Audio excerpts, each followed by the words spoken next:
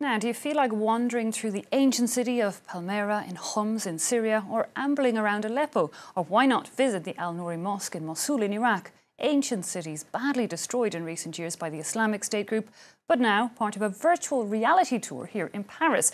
To give us her perspective on just how important architectural heritage is, we're joined by the curator of that exhibition in the Arab World Institute, Ms. Aurélie Clemente-Ruiz. Thanks so much for coming into studios. Can I start simply by asking you to describe this exhibition to me? You know, it's a virtual reality tour. Do I put on a 3D glasses? What do I see? What do I learn? Yeah, it's a very specific exhibition without any artifact, without any objects. We really want to put the visitors in the condition as they were in these sites. So it's big projection on big screens, and at the end of the exhibition, you also have a specific room dedicated to virtual reality with a headset, but it's really at the end. So during the whole tour of the exhibition, you are just free to do what you want without any technological device. But these images that we watch, you know, they were taken after the destruction of most of these cities. So, you know, how did, people go in and film them? You know, they're still quite dangerous zones. Yes, it was very dangerous. We worked with a French startup called Econem, and they went on the 4 sites presented in the exhibition. So they went to Syria, to Palmyra and Aleppo in Syria, to Mosul in Iraq, and also to Leptis Magna in Libya. So it was very dangerous for them, but it was quite important to get these images of the sites before and after destruction, because we've got a lot of images before, and it's important to also have it after and just after the destruction. To give you an example, for Mosul, they went to Mosul last February, so it's quite recent. Yeah, indeed, and showing the motivation for the passion of that architectural heritage and seeing it as important. You mentioned there at the end of the exhibition, it shows us how, these buildings were, and of course kind of rebuilding them in that 3D fashion, but the wider debate over these sites, in your opinion, do you think they should be rebuilt, or is it that they're gone for good and this is the only option?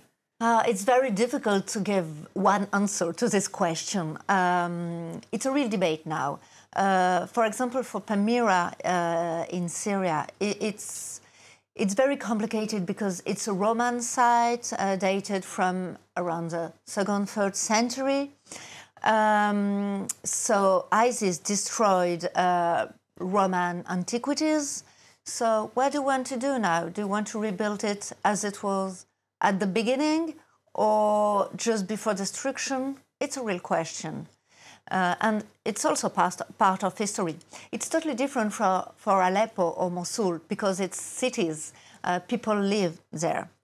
So we need to rebuild part of these cities, and it's quite urgent to do it. Absolutely. I believe in Mosul 50,000 homes have been destroyed, and people going back to those rubble areas. But then I guess the question even there is, how do you rebuild them? I imagine part of the idea of this exhibition is to maintain the knowledge, the architectural heritage. Describe that. What are we likely, or what are we at risk of losing because of these destructions? The exhibition is like a memory for this site, architecture, heritage of the entire world. It's not only about Arab world, but it's really the heritage for everyone. And it's very important to understand that. It's part of our own history that were destroyed in these different conflicts. So now we need to rebuild a part of it. We need to preserve what should be preserved now. And we are just focusing on this 4th site, but it's very emblematic of a lot of cities, a lot of archaeological sites everywhere in the world. And we need to be aware of what's happening during a conflict. Indeed, because they are completely irreplaceable. Even if we rebuild, I guess the 3D version is about as good as we're going to get at this point, no? That's why we propose in the exhibition a 3D, a virtual reconstitution of these buildings, because it's a good solution.